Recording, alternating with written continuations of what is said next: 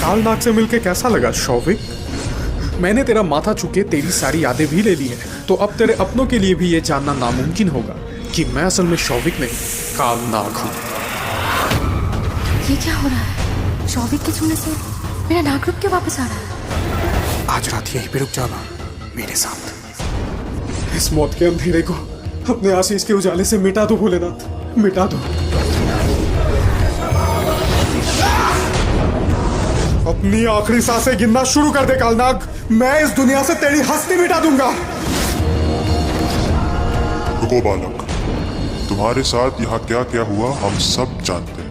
कालनाग का सामना करने के लिए तुम्हें कौन कौन सी तिलिस्मी शक्तियां चाहिए, ये सब मैं तुम्हें बताऊंगा।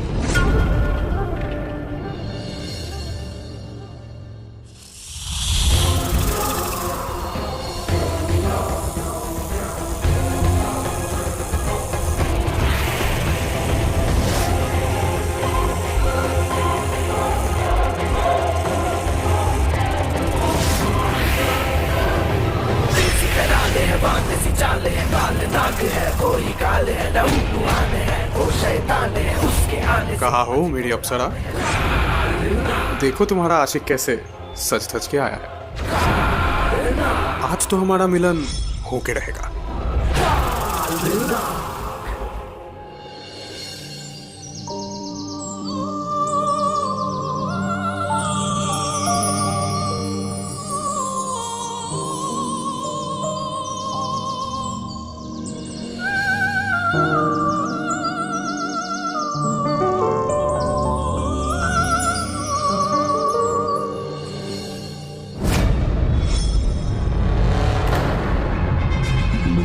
अरे ताला लगा हुआ है, पर कोई बात नहीं, आज मुझे तुमसे मिलने से ये ताला तो क्या कोई भी नहीं रोक पाएगा।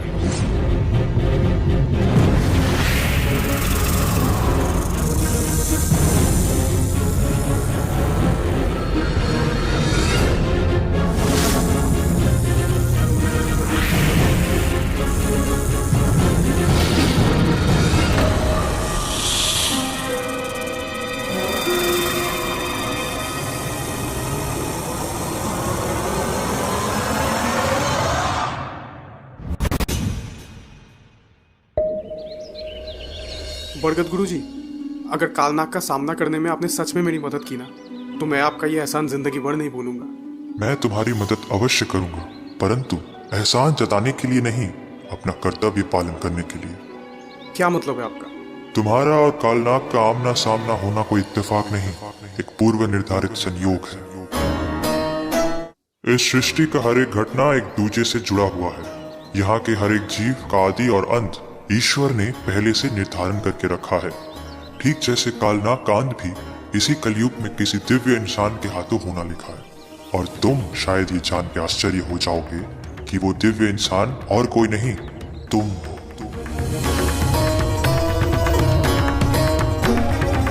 ये सब क्या कह रहे हैं आप? मतलब मैं कैसे? तुम शायद ये नहीं जानते कि तुम कोई साधारण इंसान नहीं, बल्कि गंधर्व नक्षत्र में जन्मे एक दिव्य पुरुष हो, जिसका जन्म किसी विशेष उद्देश्य के लिए हुआ है। यही बात मुझे शिवाली ने भी बताई थी।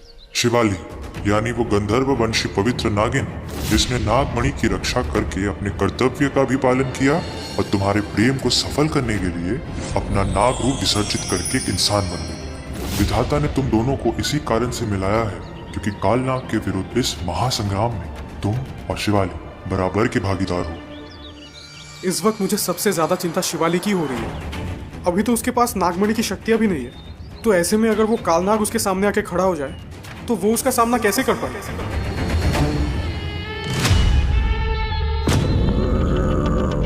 शौविक, तुम इस वक्त यहाँ? तुम्हें देखने का मन कर रहा था तो आ गया। क्यों नहीं आ सकता? नहीं, मेरा मतलब नीचे का दरवाजा तो बंद था शायद, तो तुम ऊपर। आज मैं इधर तुम्हारे साथ सिर्फ बातें करने नहीं आया।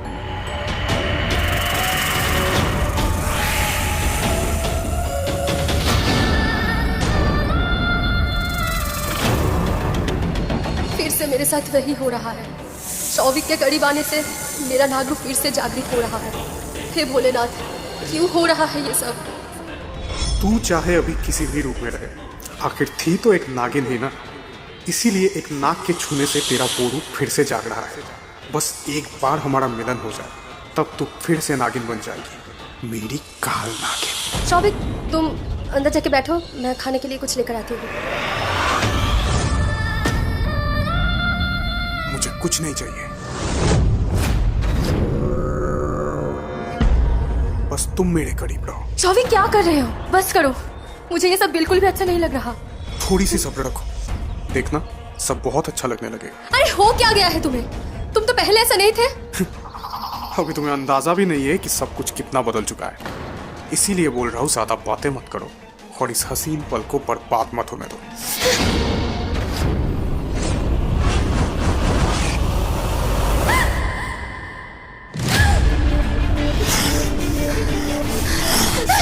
शौविक, तुम अपनी सारी हदें पार कर रहे हो। मैं तुम्हें आखिरी बार कह रही हूँ, मुझे जाने दो वरना। वरना क्या करेगी तू?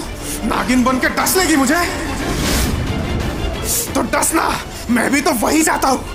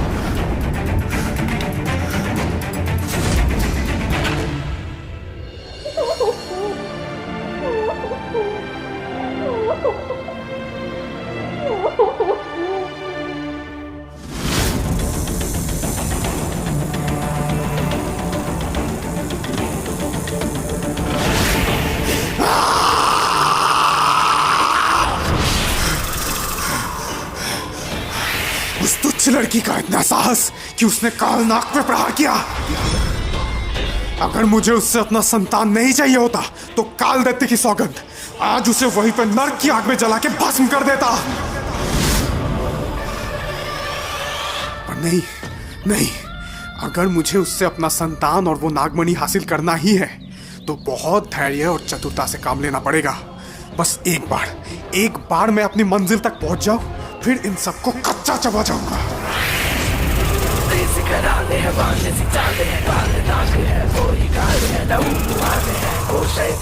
उसके आने से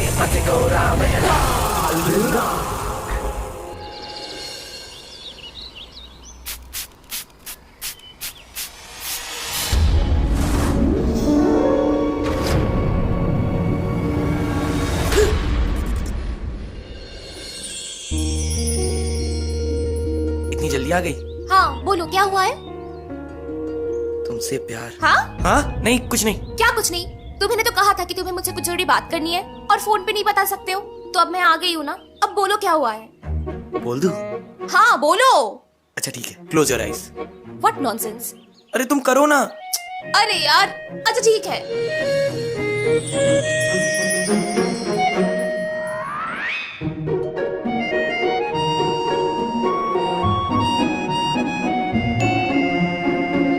अरे कहाँ गए? कुछ बोल क्यों नहीं रहे हो?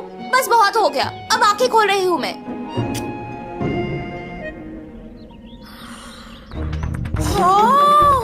How dare you! तुम्हारी हिम्मत कैसे है मुझे किस करने की? सॉरी, बहुत दिनों से बोलने की कोशिश कर रहा था पर बोल ही नहीं पा रहा था। क्या नहीं बोल पा रहे थे? बोल दूं? हाँ बोल दो। तुम नाराज तो नहीं होगी? अच्छा, किस करते वक्त तो याद नहीं था? बड़े शरीफ बने फिरते हो तुम, पर तो मुझे भरोसा I करना love he you. I love you.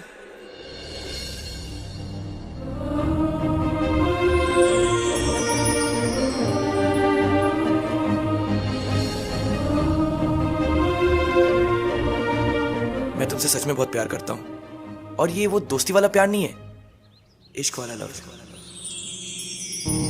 मैं बहुत दिनों से बोलने की कोशिश तो कर रहा था बट कभी बोल नहीं पाया। पर कल ब्रो और शिवाली का बॉन्ड देख के मुझे ये एहसास हुआ कि ये प्यार कोई वक्त और जगह देख के नहीं होता है, बस हो जाता है। और जब किसी से सच्चा वाला प्यार हो जाए तो वेट नहीं करना चाहिए, बस बोल देना चाहिए, क्योंकि जिंदगी का क्या भरोसा, कल रहे या ना रहे। इसलिए मैंने भी बोल दिया। अब हाँ या ना बोलना तुम्हारे ऊपर है। और हाँ, तुम मेरा प्यार एक्सेप्ट करो या ना करो, मुझे बुरा नहीं लगेगा। बस जो भी बोलना अपने दिल से बोलना। दिल से बोलूं? दिल से बोलूं?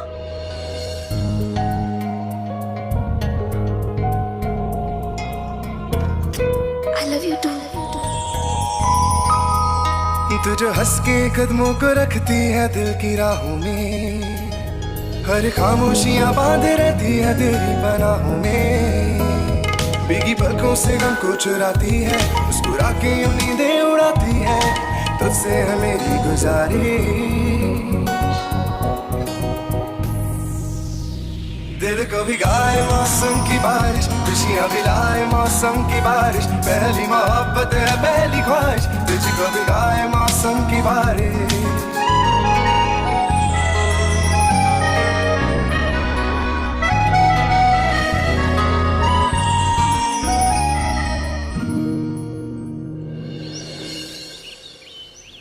जंग के मैदान में तुम्हें अगर शत्रु को पराजित करना है तो उसका हर एक चाल समझना पड़ेगा, और कालनाग का चाल समझने के लिए तुम्हें सबसे पहले उसका इतिहास जानना पड़ेगा। बताइए मुझे बरगद गुरुजी, कौन है ये कालनाग?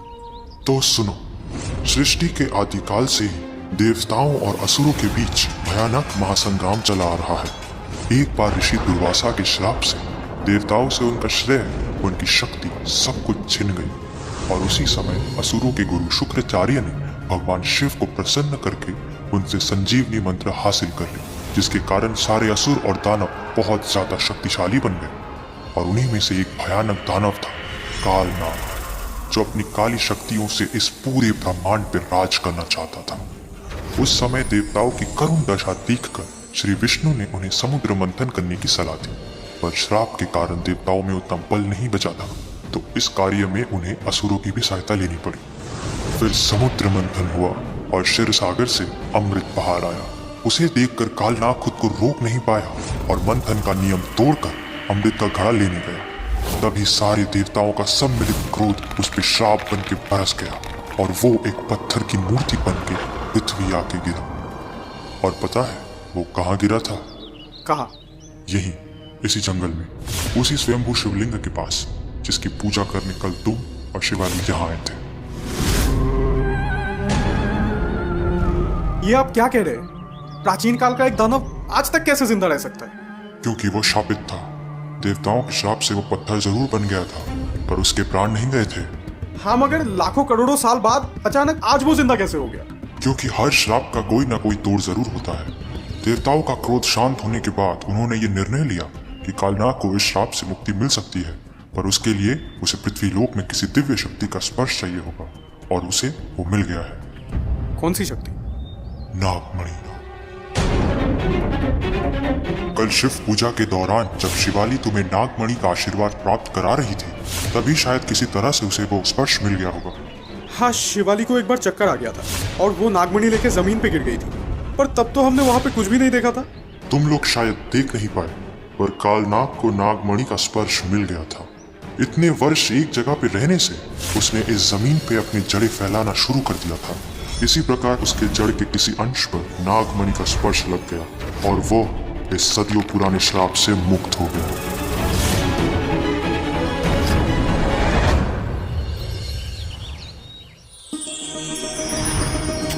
I love you too.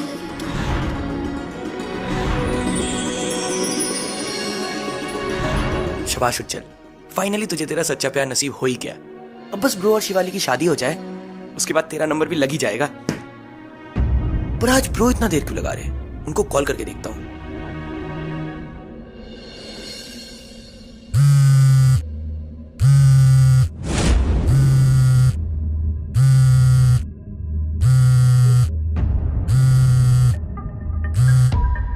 Bro अपना फोन घर पे कैसे भूल के जा सकते हैं?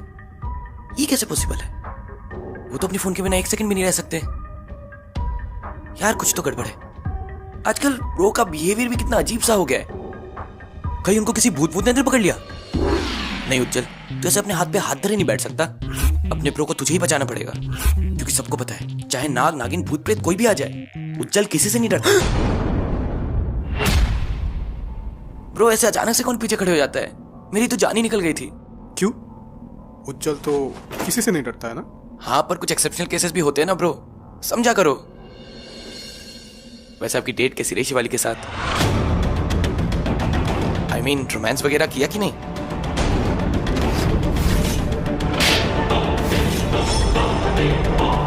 ब्रो आप तो ऐसे लुक्स दे रहे हो जैसे आपको मुझे खाना है। ब्रो मैं मानता हूँ कि मैं बहुत स्वीट हूँ, बट बिलीव मी ब्रो, खाने में मैं बिल्कुल भी टेस्टी नहीं हूँ। खाना है घर पे? मुझे बड़ी तेज भूख लगी है। उफ, मुझे 1 मिनट लगा कि आप मुझे ही खाना चाहते हो। वैसे आजकल आपकी भूख बहुत बढ़ चुकी है। मेरा बस चले तो मैं अभी तुझे कच्चा चबा जाऊंगा, पर जब तक मैं उस नागिन से संभोग नहीं कर लेता तब तक मेरा कोई भी गलत कदम बहुत खतरनाक साबित हो सकता है। ओ सीरियल थिंकर, अब बोल भी तो, क्या ऑर्डर दूं खाने में? दे देना वो बड़ा वाला, क्या नाम है? पिज्जा? हाँ वही। ठीक है, तो फिर 2 चीज क्रस्ट पिज्जा बिग साइज। चलो कर दिया ऑर्डर। अब 20-25 मिनट में पिज्जा आ जाएगा, तब तक मैं जाके नहा लेता हूँ, फिर आप भी फ्रेश हो लो, ठीक है?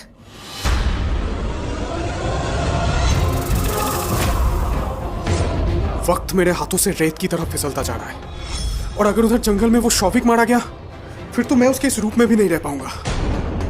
पर वो नागिन शिवाली ऐसे नहीं मानेगी। उसको करीब लाने के लिए अब मुझे कोई नया दाव खेलना पड़ेगा। प्यार से नहीं तो प्रहार से ही सही।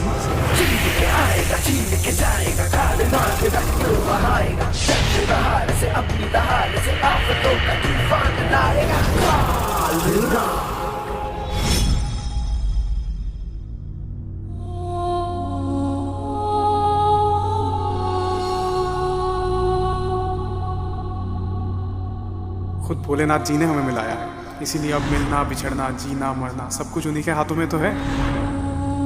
अरे हो क्या गया है तुम्हें? तुम तो पहले ऐसा नहीं थे। अभी तुम्हें अंदाजा भी नहीं है कि सब कुछ कितना बदल चुका है।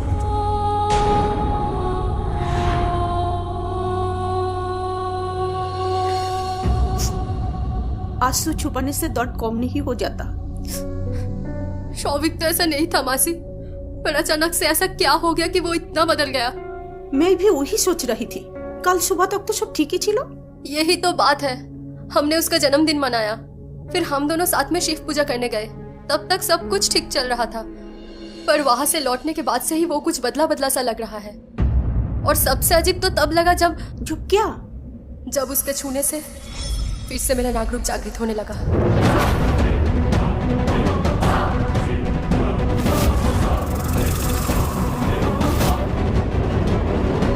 ये सब क्या हो रहा है मासी? मुझे कुछ भी समझ में नहीं आ रहा। मुझे लगता है कोई बहुत बड़ी बात हो रही है जेटा हमारी समझ में आसছে ना। पर इससे पहले कि कोई मुसीबत आ जाए तो कुछ कर शिवाली। हाँ मासी, मैं उज्जवल से बात करने की कोशिश करती हूँ, हो सकता है उसे कुछ पता हो।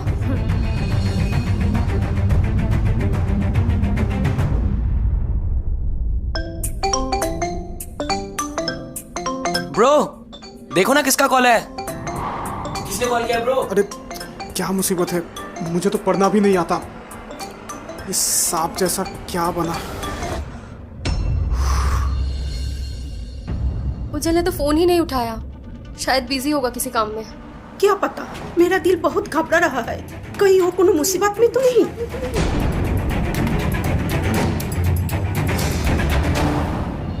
ब्रो किसका कॉल था और आपने उठाया क्यों नहीं? अरे वो एक अननोन नंबर था क्या? हाँ।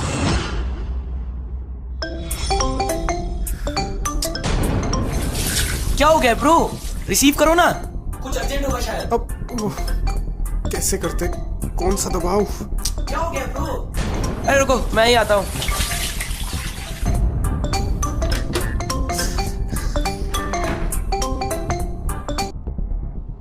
हेलो हेलो सर, हाँ मैं पिज़्ज़ा नेस्ट से बोल रहा हूँ। आपका एक ऑर्डर था? अच्छा आप अभी किधर है? जी मैं आपके लोकेशन के नीचे खड़ा हूँ सर, आप प्लीज़ आके ले जाइए।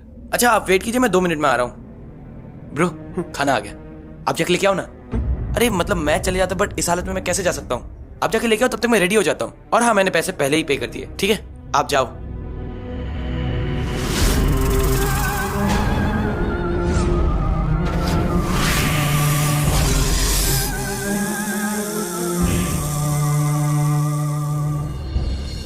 कितना लेट कर रहे हैं यार। अब एक और डिलीवरी 2 किलोमीटर दूर है और 10 मिनट में पहुंचना है, बताओ।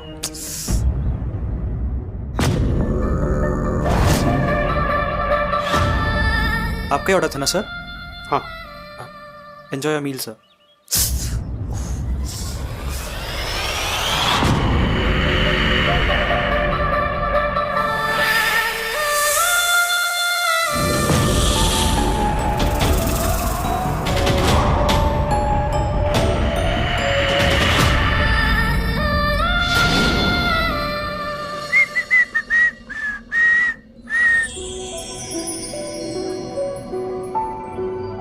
वैसे कितना अच्छा तोहफा दिया है ना महक ने ब्रो को।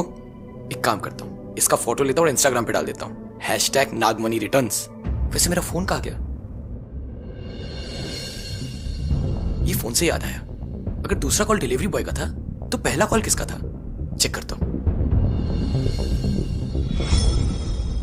शिवाली का मिस कॉल, बट ब्रो ने तो कहा था अननोन नंबर है। यार ब्रो बहुत स्ट्रेंज बिहेव नहीं कर रहे कल से, कुछ तो गड़बड़ है, पता लगाना पड़ेगा।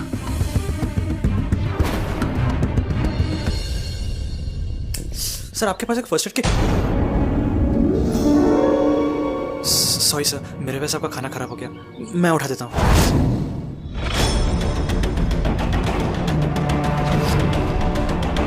कुछ खराब नहीं हुआ है, बल्कि अब तो सब कुछ और लजीज हो गया है।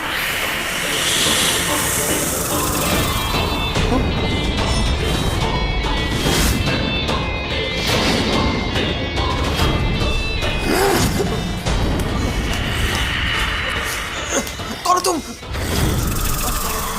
मुझे जाने दो। जाएगा तो अभी जाएगा, मेरे पेट में।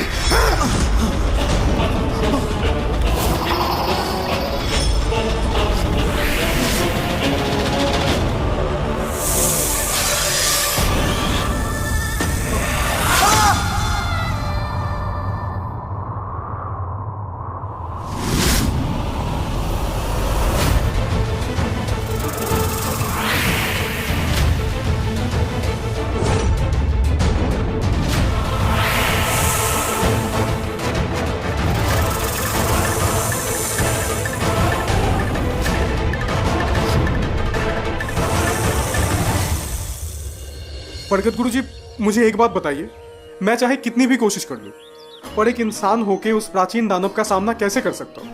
कालनाग का सामना करने के लिए तो बस साहस चाहिए, जो तुम्हारे पास भली भांति है, और उसका अंत करने के लिए जो चाहिए वो तुम्हें स्वयं प्राप्त करना पड़ेगा। क्या है वो? कालनाग जैसे पौराणिक दैत्य का अंत सिर्फ एक ही दिव्य अस्त्र के प्रहार से हो सकता है, और वो अस्त्र है शिव जी का आशीर्वाद धन्य त्रिरत्न त्रिशूल।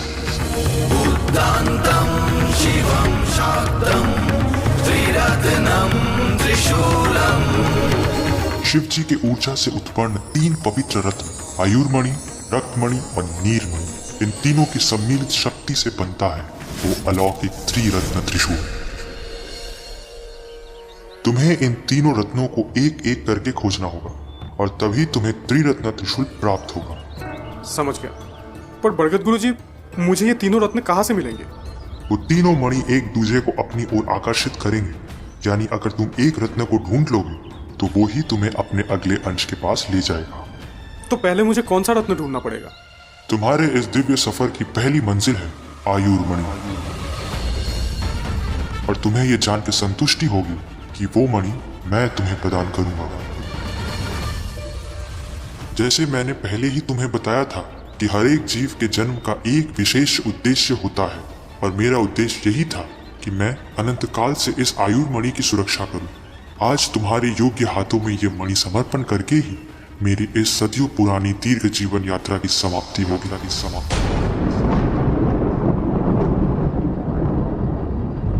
समाप्ति होगी मतलब यही कि इस आयुर्मणि को मैंने सदियों से अपनी जड़ों में धारण करके रखा है, और इसकी अनंत जीवन शक्ति के कारण ही मैं अभी तक जीवित था। इसीलिए आज ये मणि तुम्हें समर्पण करने के बाद मेरा जीवन काल भी समाप्त हो जाएगा।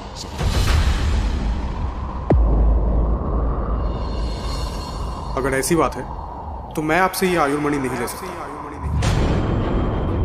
आप इस पूरी दुनिया में आदिकाल के इकलौते प्रतीक हैं, और उससे भी बड़ी बात, आप इस पूरे जंगल के पिता समान हैं, और आज आपसे ये आयुर्मणि लेके मैं इस पूरे जंगल को अनाथ नहीं बना सकता।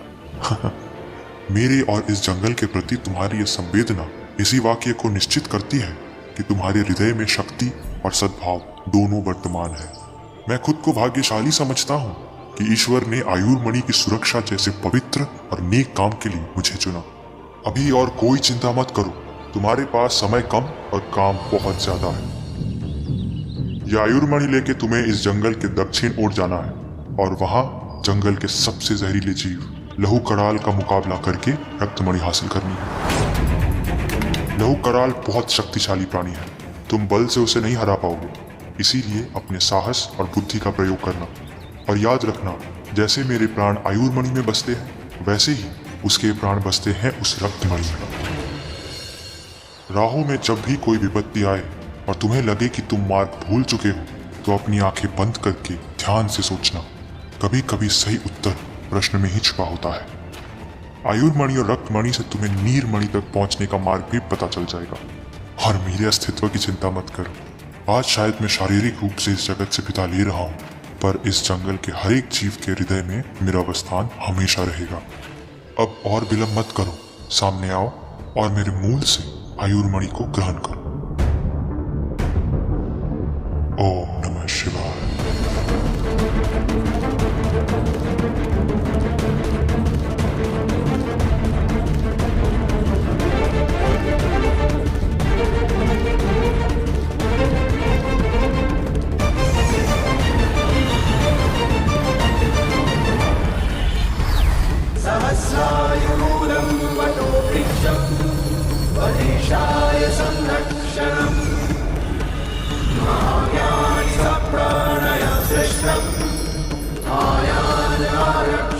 ओम नमः शिवाय।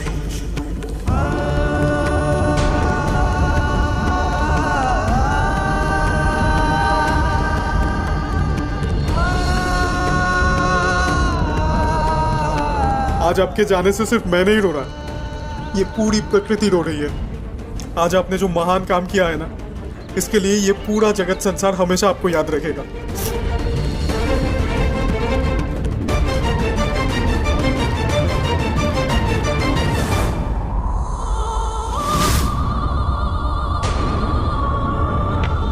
मरने के लिए तैयार हो जा कालना, तेरे कब्र में पहली कील लग चुकी है। आयुर्मणि, मुझे रक्तमणि तक पहुंचने का रास्ता दिखाइए।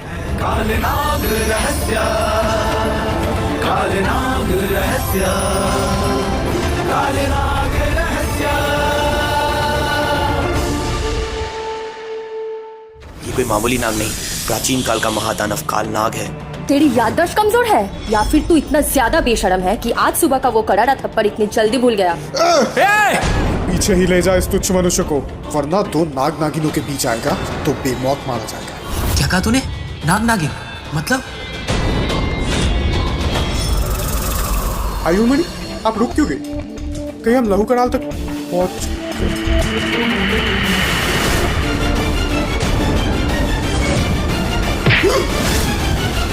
अगर जरूरत पड़े तो इस जन्म भी नागमणि के लिए मैं अपनी जान देने के लिए तैयार हूँ। तेरी ये इच्छा भी जरूर पूरी होगी।